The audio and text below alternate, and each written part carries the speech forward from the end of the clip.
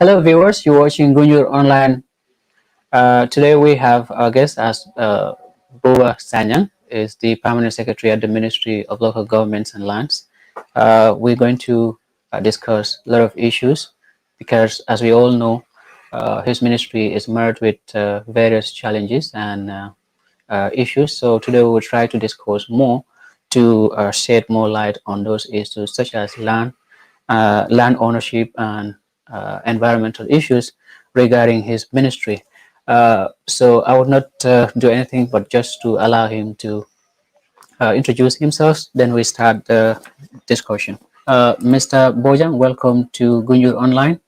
Yeah, Mr. Sanyang. Sanyang, sorry. Yes. Yes, thank you very much. I am Buba Sanyang, the Permanent Secretary, One Ministry of Lands, Regional Government and Religious Affairs. Okay. So this interview is basically going to focus on some of the challenges that your ministry is facing today.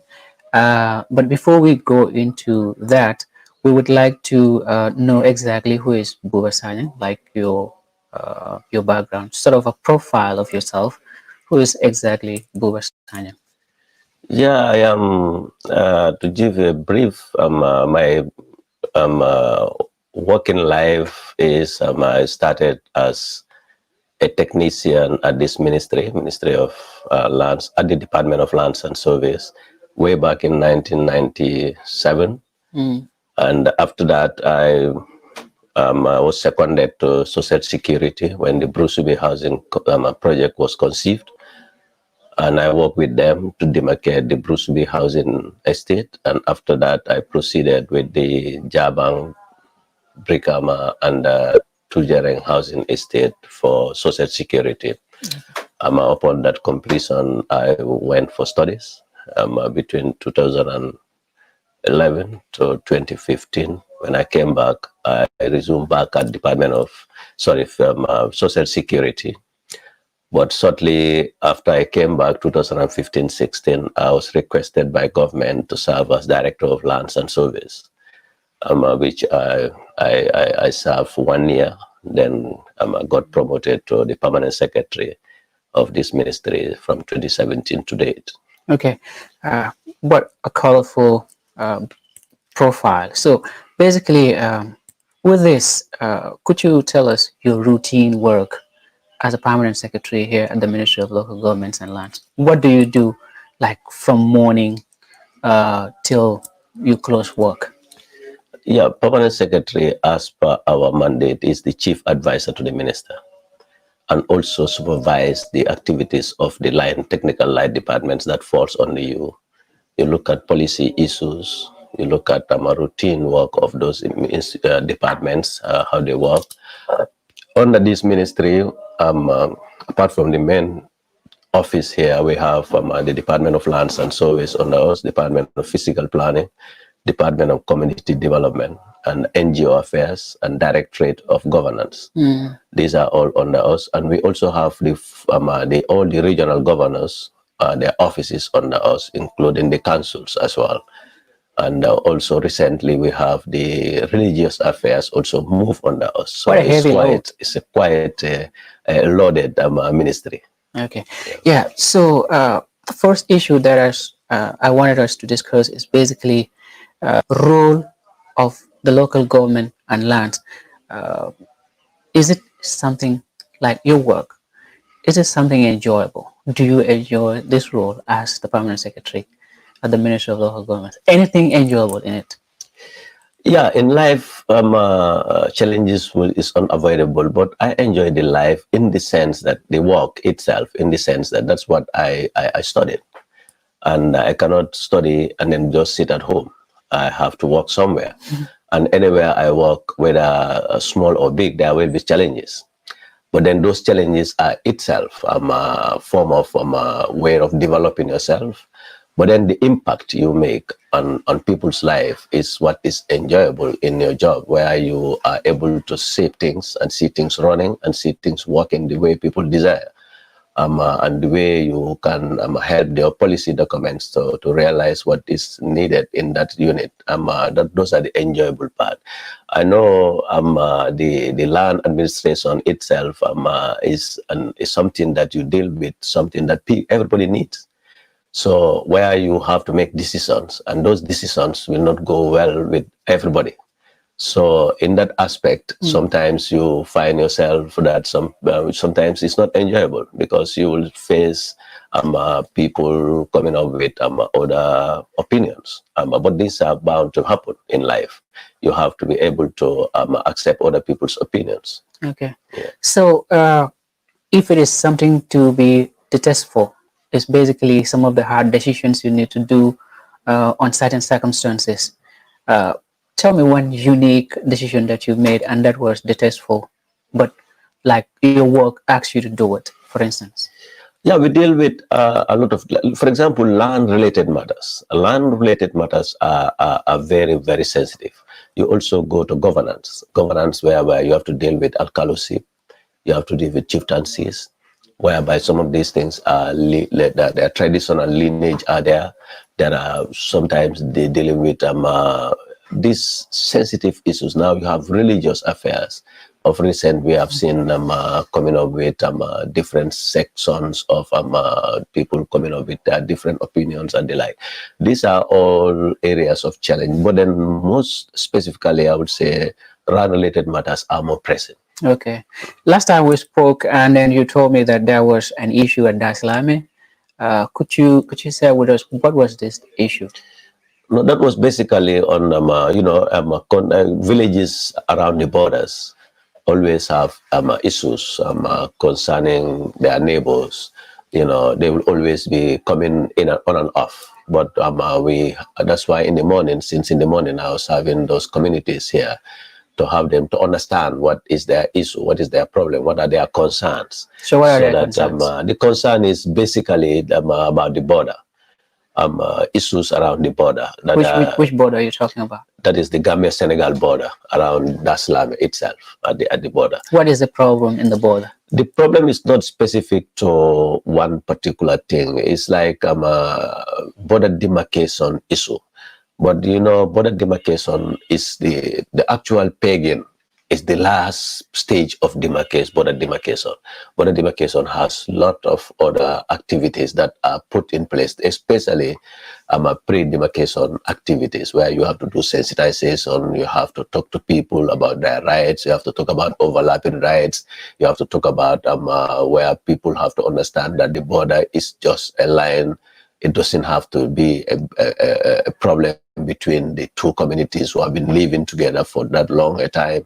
So these are issues that sometimes can create friction between the communities around the border. So you have to talk to them and then assure them that the government is doing what they can do to make sure that we live together and So, we live like in this case, what is the position of the Ministry of Local Governments and Land in extent the position of the government of the Gambia, since we have seen border conflicts that happen or erupts in other countries because of border issues, for instance, and what was your stand basically with regards to this border issue around Dar es Salaam?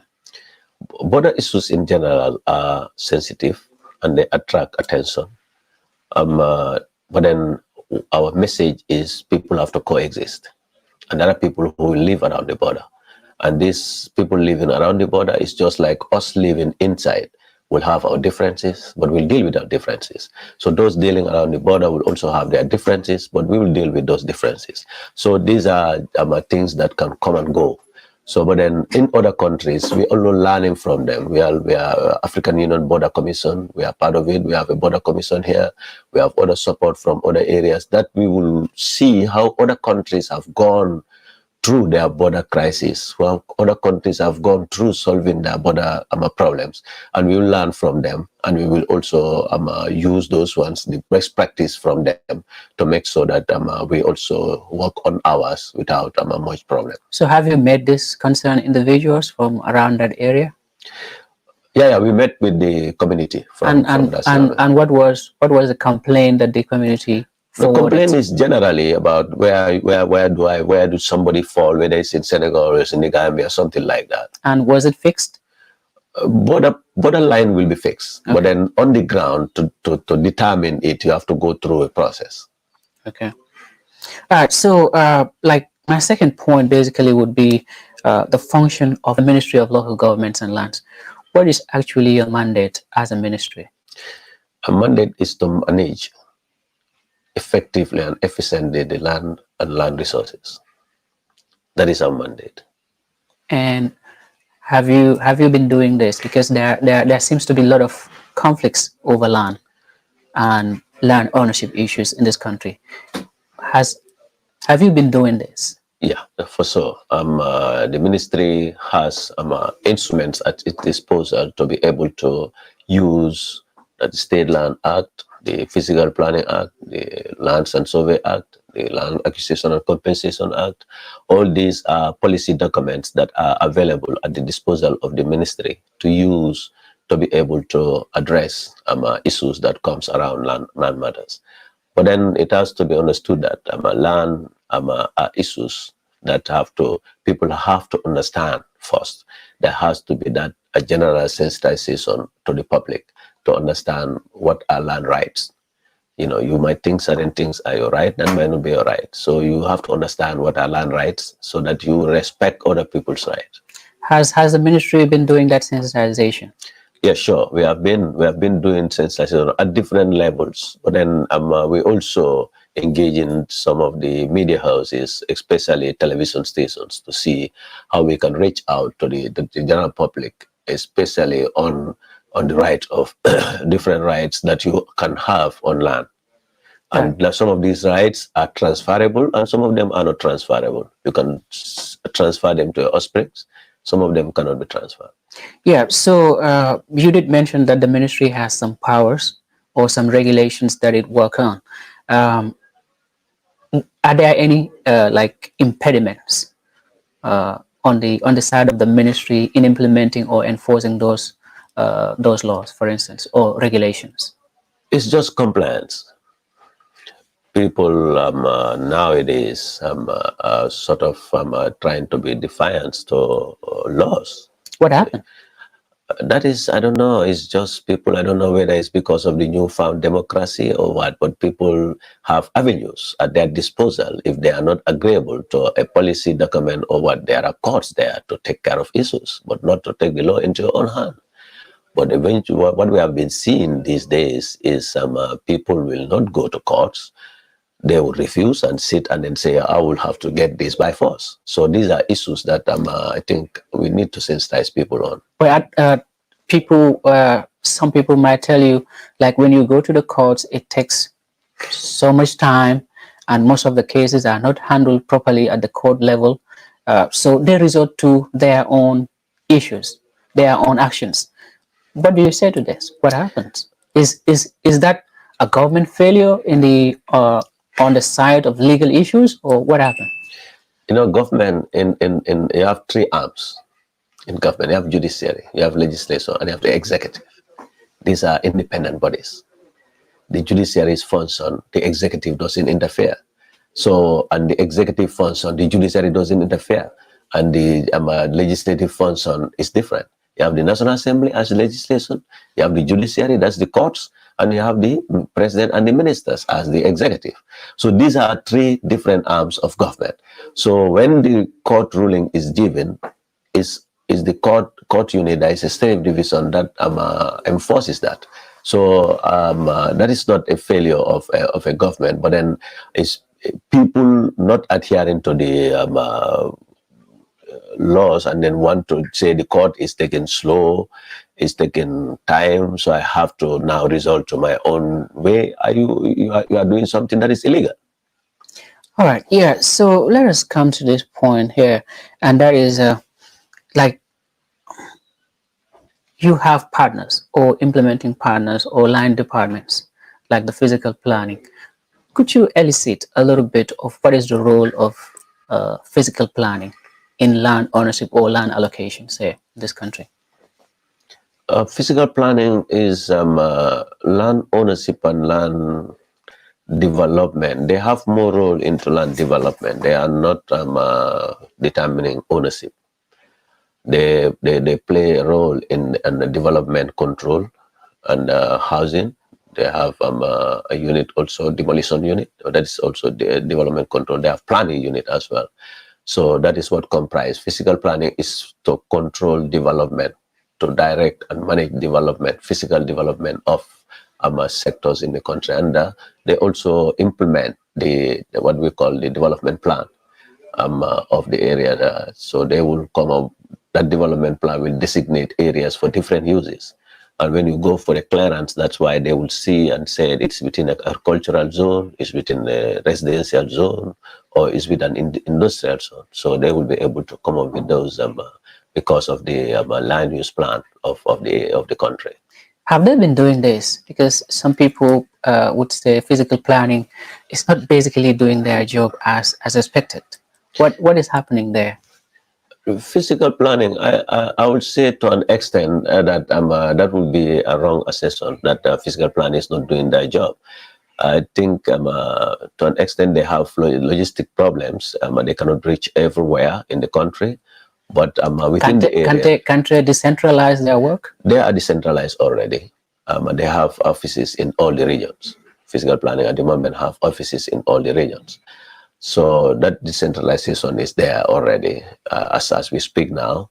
So we are trying to capacitize those decentralized bodies as well to increase their number, and then also have not enough staff. And even within the urban area here, where the main office supervises activities on that, the issue of people not complying and the consequence, and that consequence applying that is always an issue. You can see what happens when people don't develop, people don't get permits, and then they have demolitions.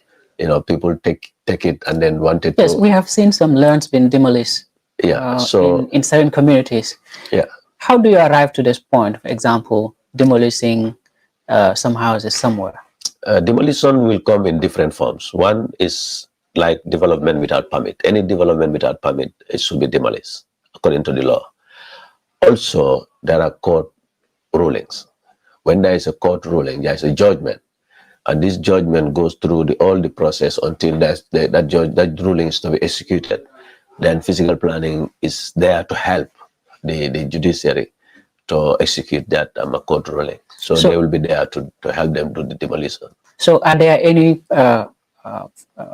steps or mechanisms for redress? For instance, if somebody feels that, yes, my house was demolished, but I'm not happy with it and it wasn't done in the right way, are there any steps, redress that somebody can take?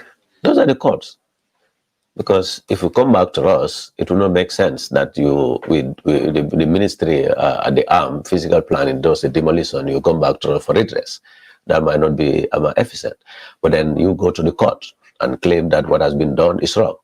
And then the court will look into it and adjudicate. And then when we are wrong, they will say, yes, you are wrong, you need to compensate this person, you shouldn't have done it. So that the courts are there for that arm. That's why they have these three arms independent. How about land survey? Is it the same unit with physical planning? No. Physical Department of Lands and Surveys is the arm that manages the land resource, the surveying aspect of the land, and also they do the valuation if there is need for government doing evaluation. They have a unit called cartographic unit, which does the preparation of the lease plans when somebody is leasing this property. So basically, they manage the land resources of the country. Is this part of their functions, like land allocations or land sales and distributions? Land allocation is a prerogative, is a responsibility of the minister. Minister is the only one who has that power. But the minister's approval is conveyed by the director of lands. I think people confuse who conveys the approval and who approved. The approval is done by the minister, but the minister will not convey the approval. There is an arm of a government, that is the directorate, that is the director of lands, will convey the approval of the minister to whosoever is going to be allocated that land. Okay. Why is it, or how is it possible, for instance, um, where land, one piece of land, is sold to multiple clients, for instance, because this has been happening in this country, and it is basically bringing some divisions in certain communities. You will see one piece of land is sold to more than 2, 3 people, and the authenticating authority is basically from the same source. How how is this possible? Yeah, one of the things I would say, the first thing is dishonesty. Whosoever is selling the land, there is dishonesty in play, and also lack of a complete systematic mapping of this country. This ministry has discussed with Trimble International, and then we have at an advanced stage with them to see how we have a systematic mapping for the whole country. And this product will bring in every inch of this country being mapped, but not only mapped, but have an information on it. That is in terms of ownership, in terms of the land use, in terms of the value, and in terms of the history of the ownership, where who owns it before you, who owns it before that person, and the like, so that there is a land information system driven from this data, so that you can query anytime land is to be sold to you. You can query and know whether the person selling you this land is the actual owner.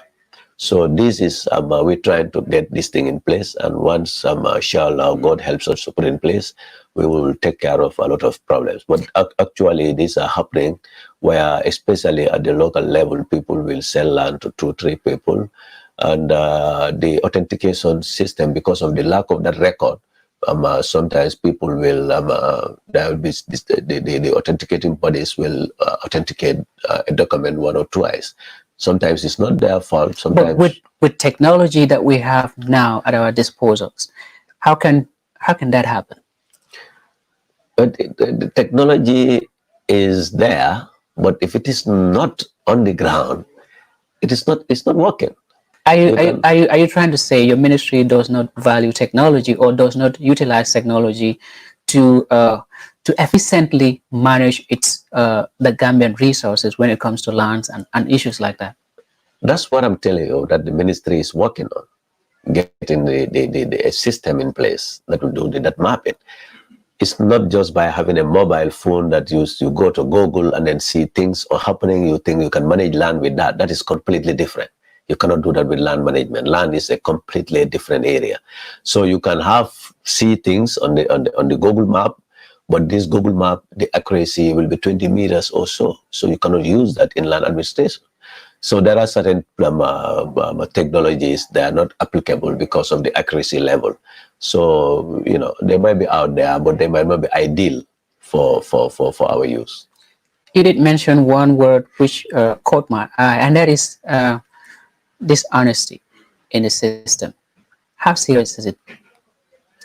Yeah, when I say dishonesty, what I mean is because if I own a land, I sell it to you, and then I go and sell it to somebody else, that is complete dishonesty.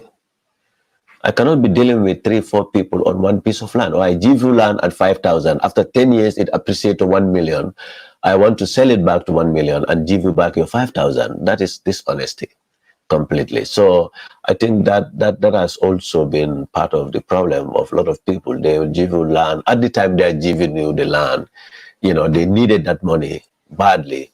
But after they solve their problem along the line, they might see a better offer and might like to retract and then get that land back and sell it and then get you back your money. So these are things happening. So is there any, for instance, in this particular point, is there any solution just down the ladder?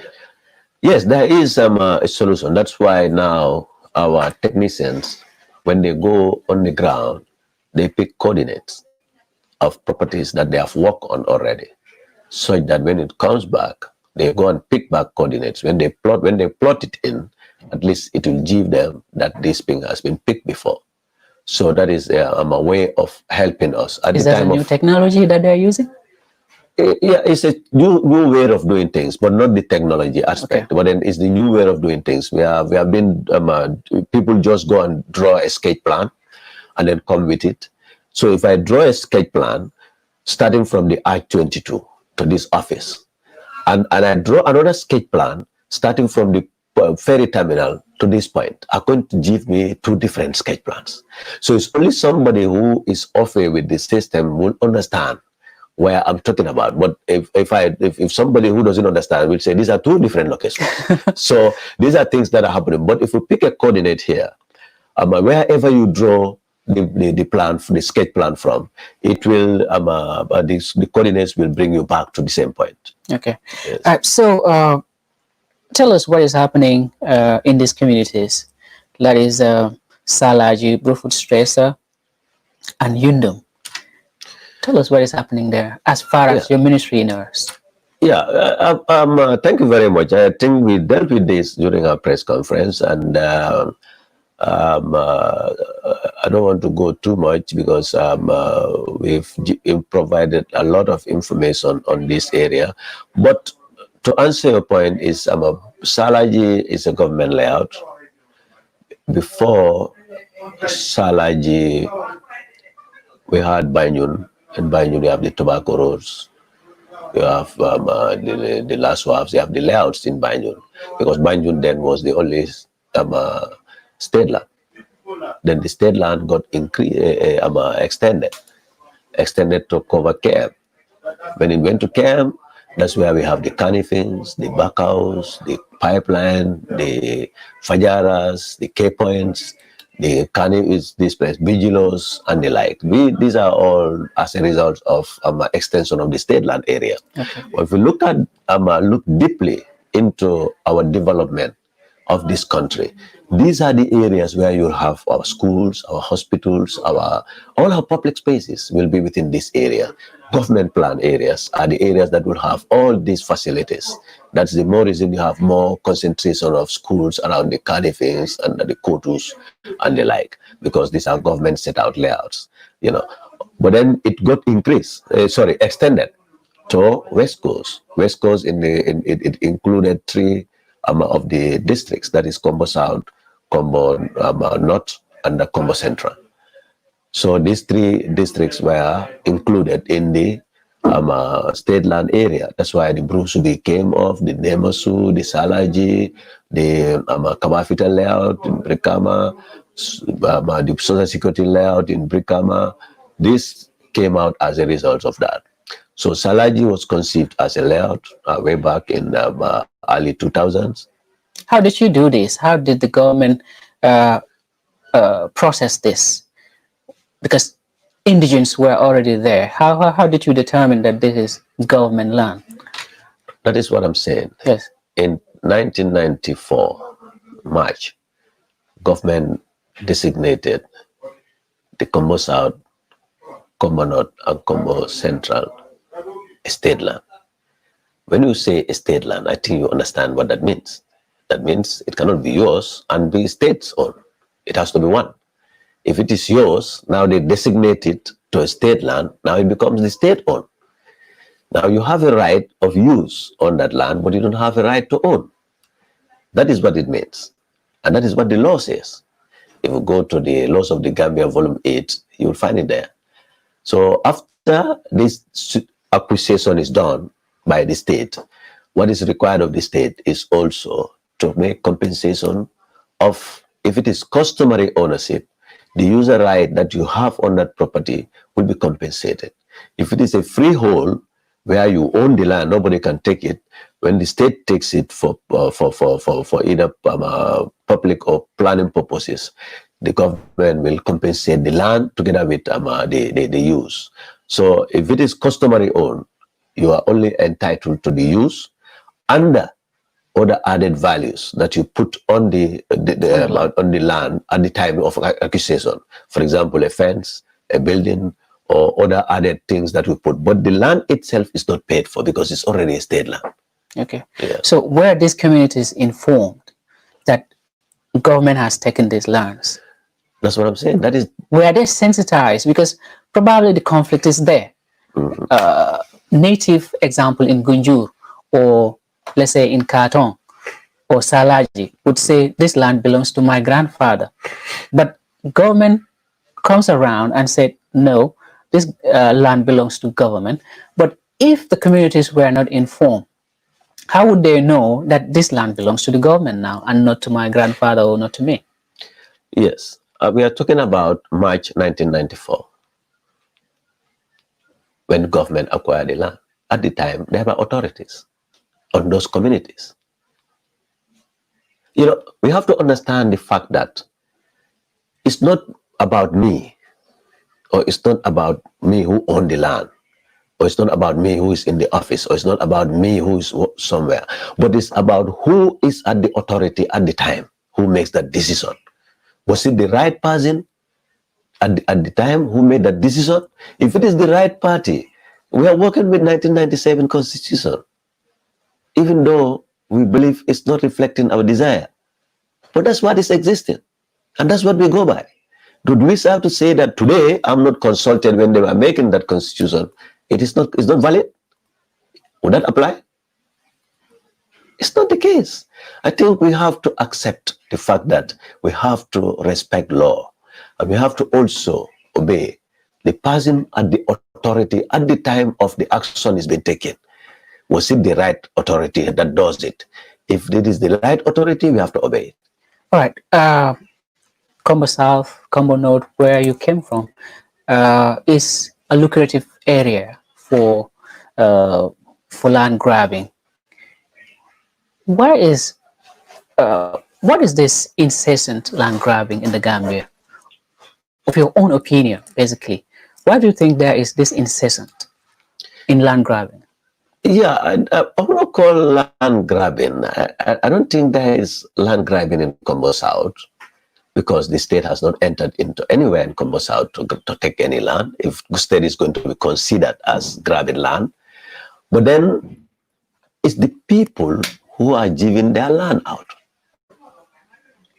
In the case of, let's say, Combo South, the only area that government has entered into in Combo South will be the tourism development area. That is the TDA. That's government designate an area within the Combo South as the tourism development area. And this has come way back when government designated this area through the local authorities, designate this area and lease it to the Ministry of Local Government and Lands as a tourism development area in way back in 1970s. And this from the Ministry of Local Government, when the place became a state land area, it was transferred from the ministry to the tourism development based on their mandate to manage the area. So the grabbing of land, if that word so fit, I don't take it anyway. But then, because I don't see people grabbing land. You know, when you go to Combo South, most of the problem we have is people are letting their land out. They are letting their land out, either to real estate owners, or to somebody who is very wealthy, or maybe somebody giving it as a gift. But now, what is the conflict here? If I have my land and I'm letting it to Mr. Sanyang, what is the conflict there then? I don't see the conflict. But there are a lot of conflicts. The conflict surrounding land. Yeah, the conflict around land is where you sell land as a family member and you didn't take permission from your other family members. They have an issue with that. Or you know very well, or I know very well, that I should stop at so-and-so place. I did not stop there. I went to encroach into some other person's plot, and then sell it. Maybe before I sell this land, I inform the people that I have 100 by 100. and maybe on the ground I only have 80 by 80. So when I go on the ground, I try to extend this to get into your land and then sell it out.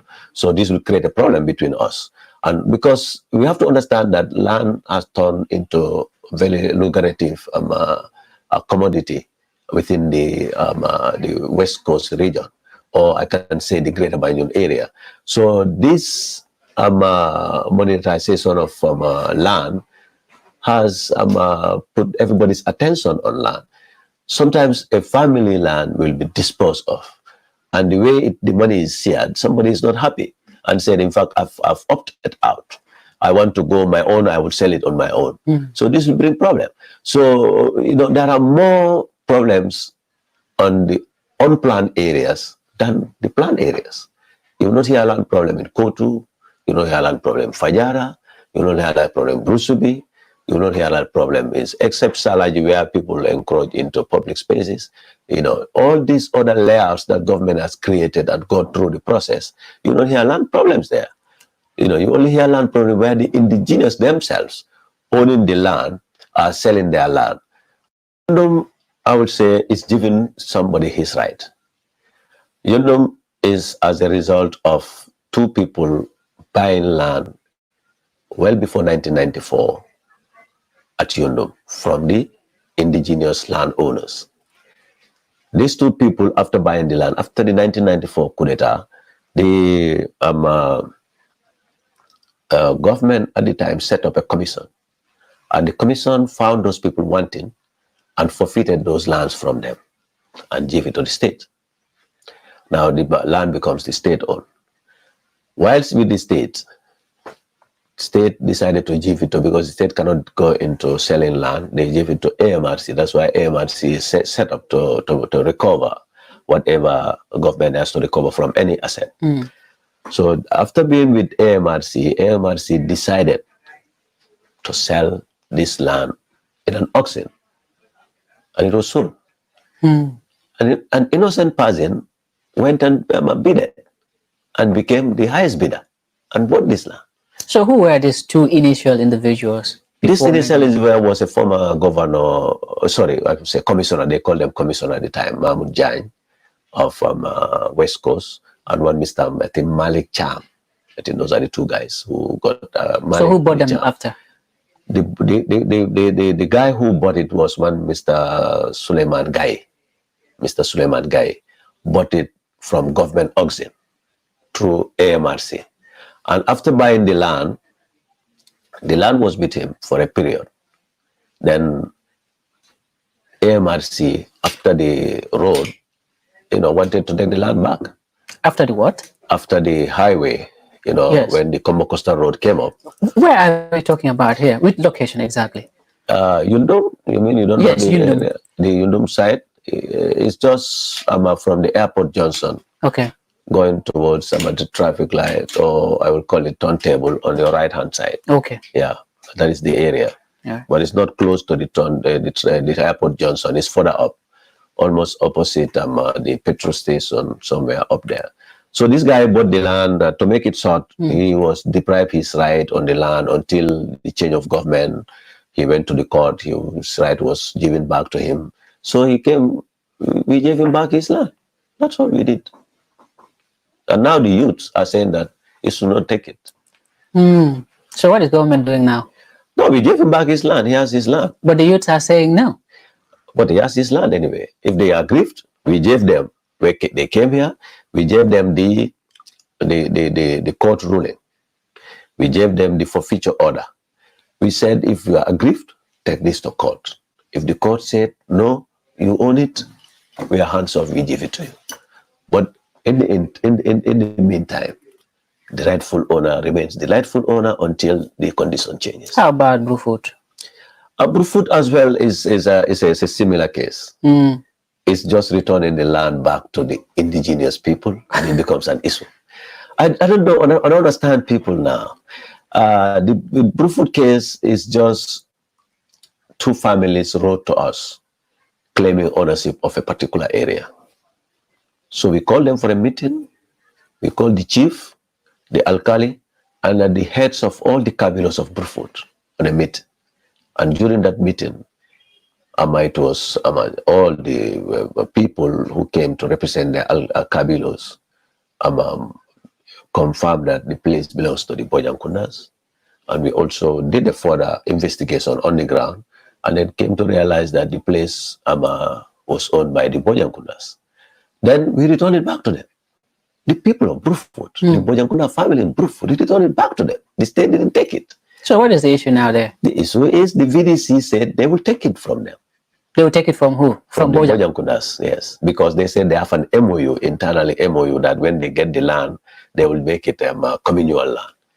We said that's internal. What has that got to do with us?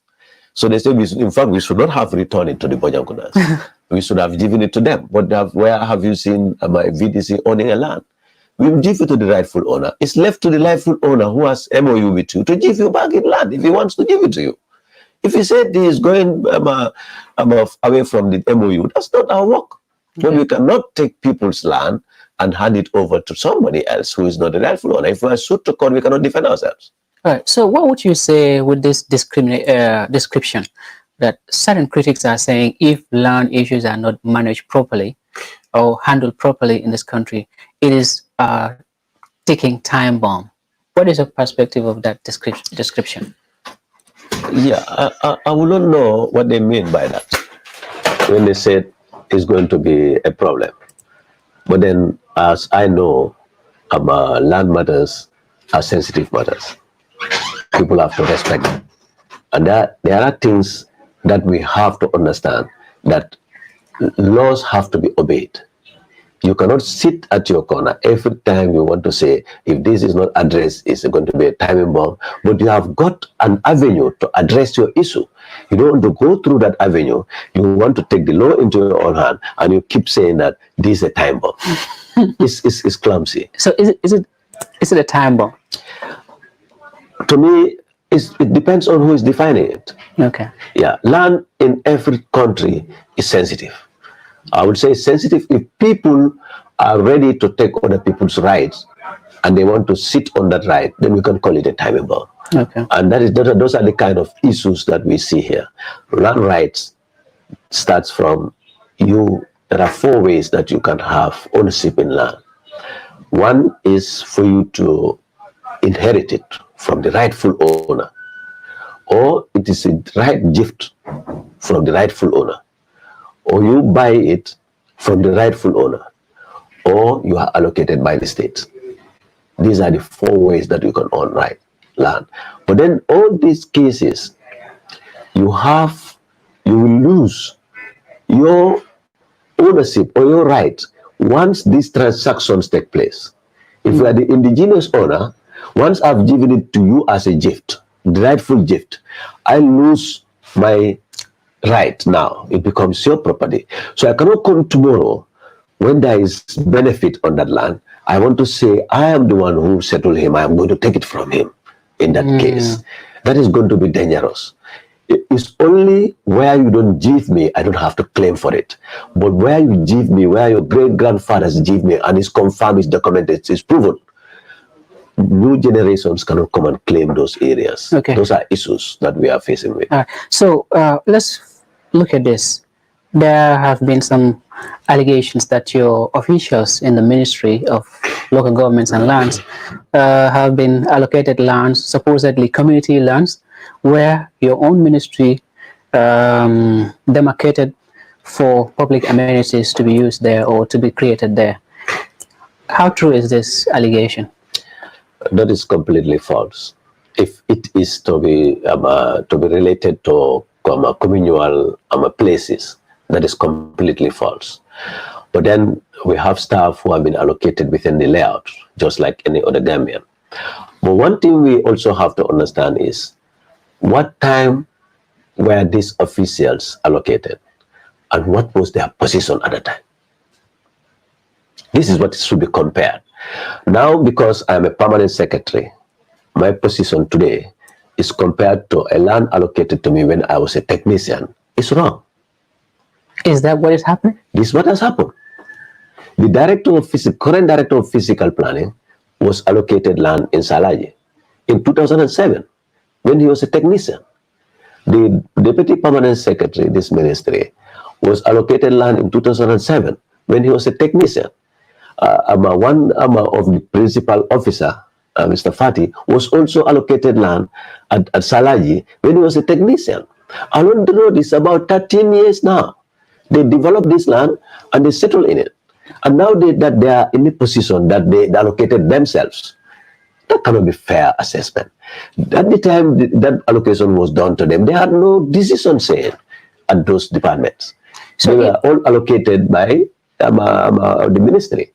So since it is bringing some conflicts here and there, are those people, those officers who were allocated this 13 years ago, are they ready to forego those lands?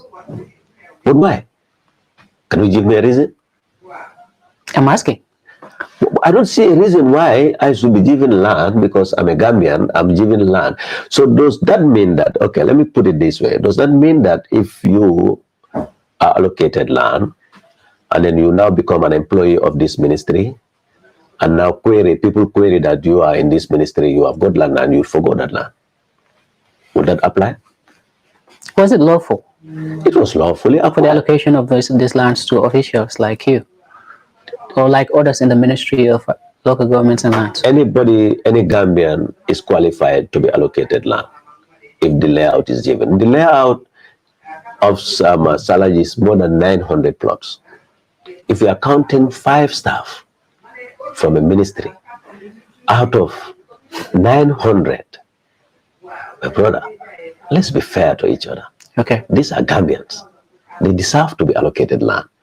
So if we are counting 5 to 10 to 15 people out of 900 from a department or a ministry, you want to pick on those ones because they work in that ministry? That would be unfair. All right. This is a personal question or a personal issue. I needed some clarifications, basically. In the Gambia, we have some few recreational parks and few dilapidated football pitches that we have. What is the Ministry of Local Governments and Lands doing in creating or designating certain areas for recreational parks where people can really relax and have their leisure time? Because we actually don't have them in the Gambia. Or if we do, they are fewer. What is happening with the Ministry of Local Governments and Lands and probably physical planning that we don't have this? Everywhere is almost torn as a market. Yes, this is a very good question, and I think it's very important. If you go around town, almost 100% of the public spaces created are within government plan areas. If you go to Gunjur, where I come from, we have issues with the market, we have issues with the car park, we have issues with schools, almost all the public amenities, we have issue with them because this is area been allocated by the local indigenous people. This is not state managed area whereby the state will designate areas for a different use. When you go to pipeline, it's different. When you go to the Koto, it's different. When you go to the Brusubi, it's different. In Brusubi alone, you have more than 7, 8 places designated for children playing grounds. You have football fields, you have schools, you have markets, you have clinics, you have hospitals, you have parks created within. These are all created and they are there. But how feasible are these parks basically that you mentioned? Because at the end of the day, the facilities are just dilapidated. They are not renovated. What is happening? Yeah, is that state negligence? The provision, the planning is the responsibility of the state. Some of these places, we can assign them to, let's say, a council, local council can develop them at their time. They can develop a project there where they can serve the people. and we can also get a development partner who will be interested in some of these things, and they can develop it. For example, some of them are institutionally related, like a football field. The youth and sports can maybe develop a football field, or schools can be developed by this higher education or education in general. Markets, we will encourage the councils. We normally encourage them to take over. We create police stations. We create fire service stations. We create GAMTEL positions within the layout when government is planning. We leave the space there. When GAMTEL, if you go to Brusubi, the big space that GAMTEL has built on, it's been planned within the project. And then when GAMTEL needed a place around there, we said, there's a place designated for you. They developed it. The police station at Brusubi, when they needed this space, they built on it. Recently, we got a request from the police to say we want to have all the places designated for a police station identify for us. We want to start looking at them and then develop them. So this at the planning stage have been catered for. So what is happening now, that brings me to Salaji, where these public spaces have been occupied by people. Because in the name of this is our forefathers' own land, when it has been created in the layout. A school within Salaji, in fact, the demolition affected that school. A school within Salaji, this school has been created, and the Ministry of Education has some secured funding. They contracted a contractor and then paid first payment to this contractor, down payment. For 1 year, the contractor cannot access the ground to do his work because people are occupying the land. Is a government failure for enforcing laws? That's why we had to demolish. That was the brouhaha all about. That's why we have to demolish. Right. So finally, before we finish, the role of your ministry, local governments and lands, in the allocation of lands for real estate companies. Do you have a hand as a ministry in giving lands to real estate companies? No. How do you see the real estate companies in the Gambia? Real estate companies, I know they're a complementary body. If they play their game properly, they should be complementing our effort in trying to provide a shelter for the Gambians who needed that shelter. But then we've seen that there are genuine ones among them. There are also people who are not playing the rules right. And the ministry has, together with Ministry of Justice, had drafted a regulation. And this regulation, an in-house review is almost completed, and we'll call up a stakeholder review of this. And after that, we'll validate it, and then we'll have that real estate regulation in place to be able to regulate their activities. What are you looking at here? Is it trying to form a merger, like where real estate companies would be forced to form mergers, so that, because they are littered almost everywhere in this country. What is the registration process for real estate companies? Yeah, the registration, they don't even come through the Ministry of Lands. They go through the Ministry of Justice. There's a registration. That's where it's registered. That's why we are coming up with this regulation, so that we will bring it into different categories where you can fit in. If you are just how do you call it? If you can be a real estate developer, you will register as a developer. If you want to be an agent, you will register as an agent. So these categorizations will be done so that where you think you can fit in, you will fit in. But that doesn't stop companies coming as a major and then be a bigger force to go into the market. What is your view? Environmentalists are saying that these real estates would clear huge lands, and it's affecting the environment. What is your reading? Yeah, it's true. It's true. That's why we are working with the AREC, that is the body, the bigger body for the real estate companies. We are working with them to see that we understand. I know the environmentalists and the development will always be clashing. You want to have a good environment around you to have good fresh air, to have a good rainy season because of the environment is kept fine, the ecosystem is fine. But then you also want to have a house. You want to have somewhere to sleep. So there's a You want to conflict of have a road. interest. Yeah, you want to have a road. You want to have a market. You want to have you want to have investors come into your country. You want them to invest into your country.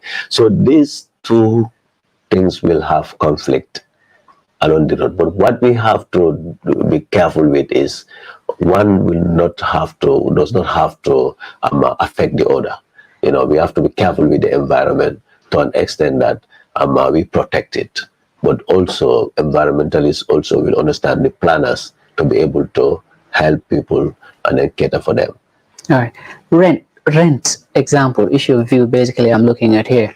Now, the renting system in the country is getting skyrocketed.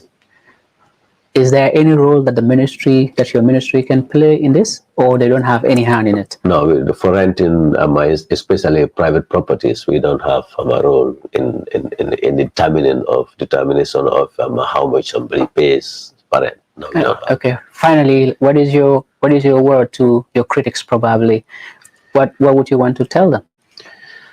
Yeah, no, I'm just a human being. I work as a human being. I will remain a human being. If there are issues that they feel is not going right at this ministry, they are free to come and approach us. We discuss about it. But I will tell them that we are working as a ministry. We have a mandate. We have to fulfill that mandate. And in the process, we'll be making decisions. And those decisions might not go in favor of everybody. So it doesn't go in favor of, if they don't agree with our opinion or our decision, they have other layers that are on top of us and them that can tell us that you are wrong or right. So let's follow the due process. Let's follow those processes.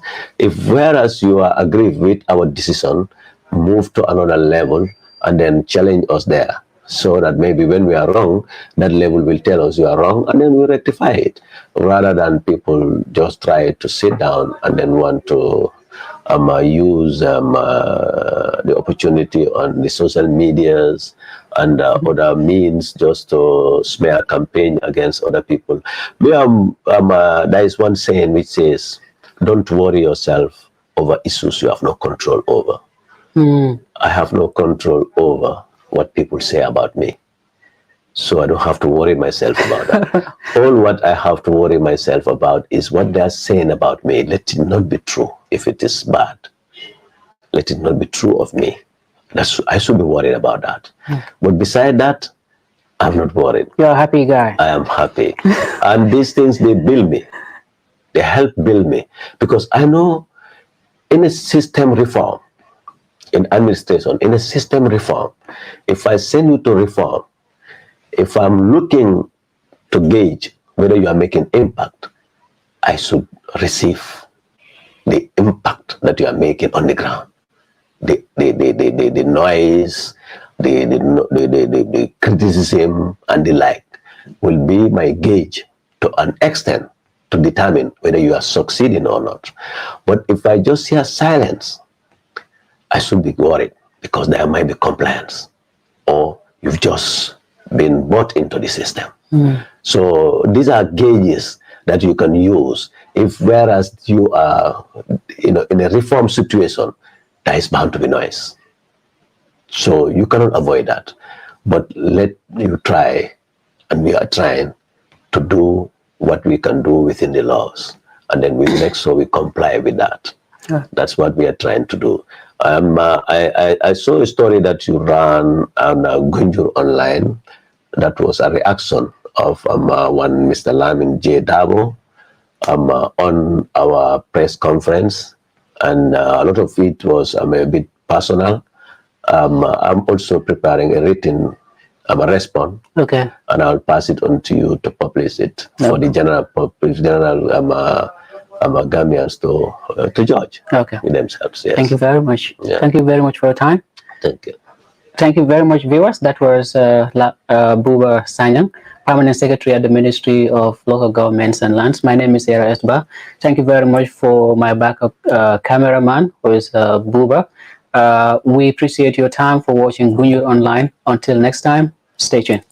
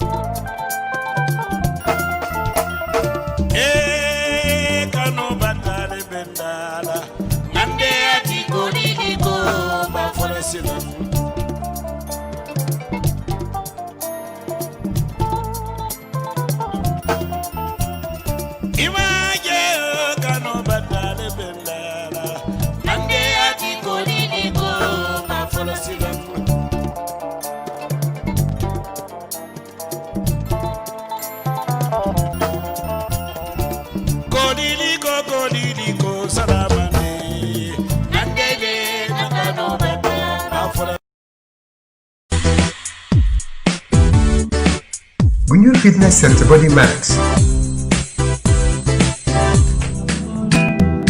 See the wine, I see fire for body.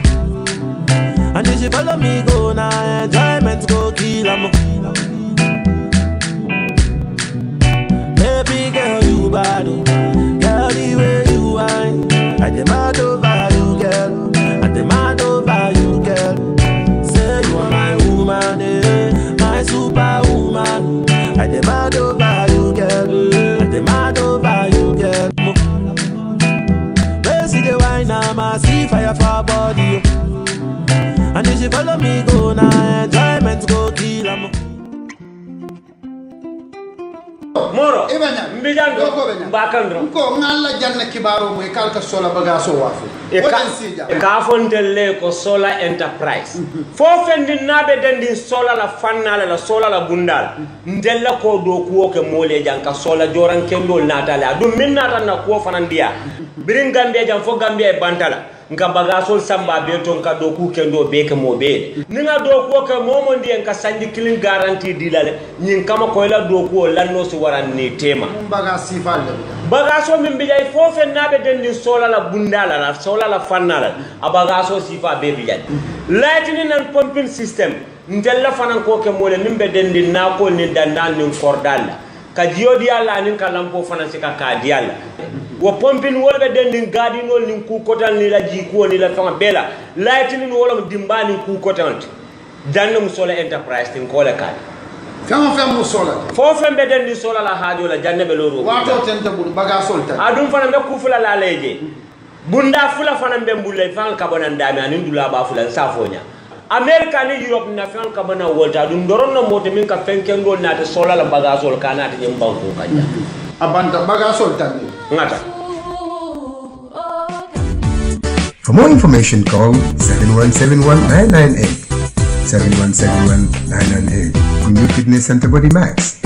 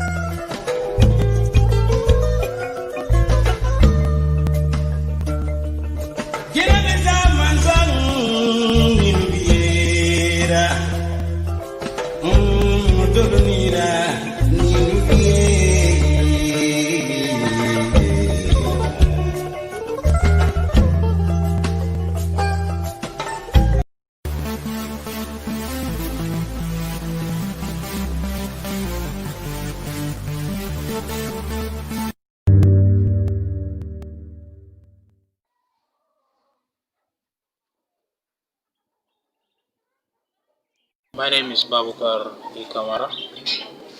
I'm from Gunjur. Started poultry farming in 2016.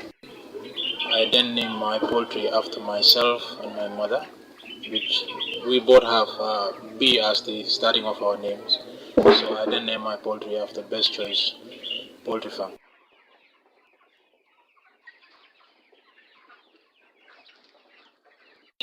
The reason why I start poultry farming is as a result of seeing other young people doing something great for themselves and also for their country, employing other young people and giving them a hope that actually motivated me quite a lot to also do something in my country in terms of food self-sufficiency.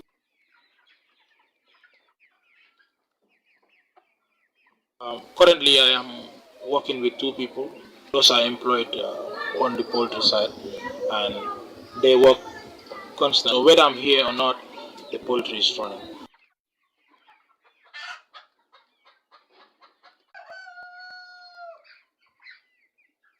Initially, I had a lot of passion to further my education and have my degrees in the areas that I studied, which is business.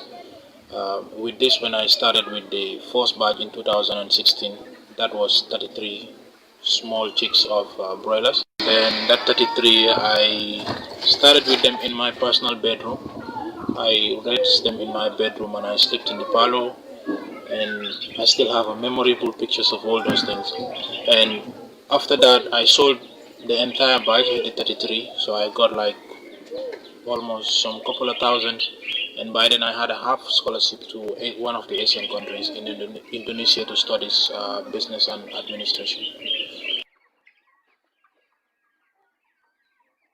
The dream was halfway through. I got the visa and to travel. I couldn't have a ticket. I struggled quite a lot. I couldn't have it. So I said, well, that might not be my destiny. So I have to drop that and then continue with the poultry farming. So I then tried to raise some capital and get some more chickens and then brought them up, sell them, multiply. This thing get growing.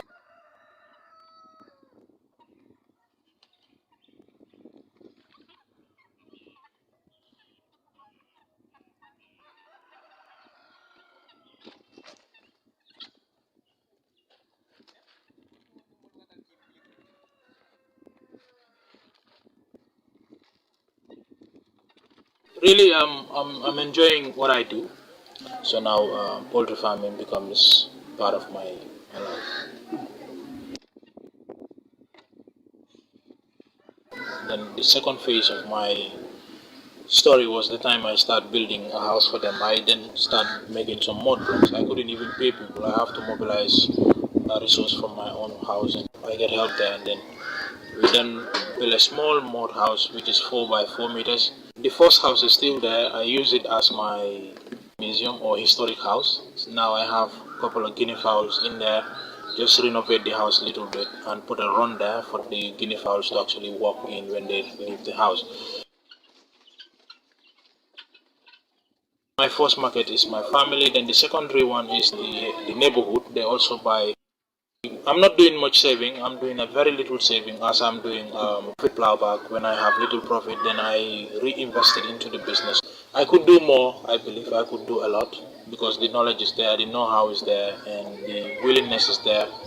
But then the capacity in terms of financial aspect of it is the problem. But then I wanted to start everything, and whatever comes would actually follow.